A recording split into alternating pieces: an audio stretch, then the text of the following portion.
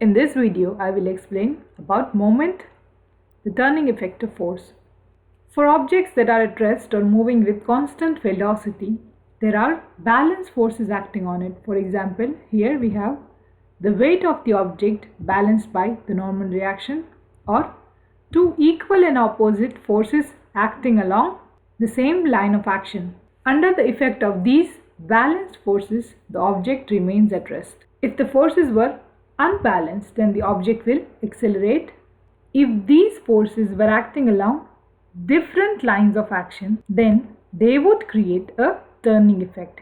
This turning effect is called as the moment or moment of force. Consider this object that is fixed at the point here. Force F acts on it at a distance r from the fixed point, then it creates a turning effect which can be calculated as tau, or the moment, equals to F cross r.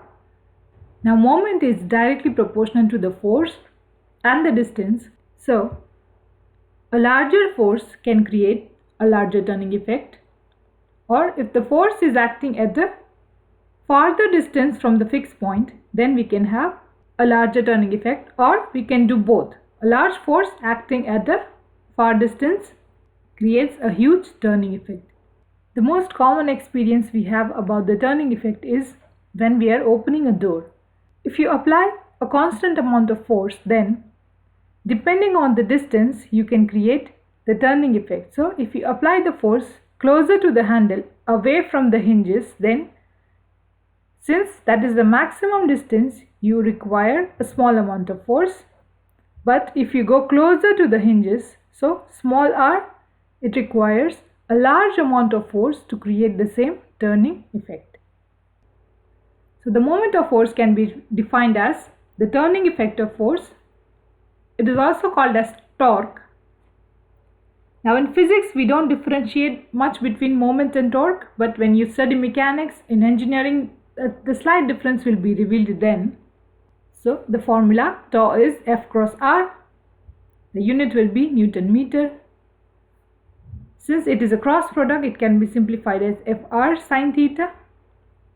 So if you want to present it in the triangle, tau, F and r, if you know two of these quantities, you can find the third one.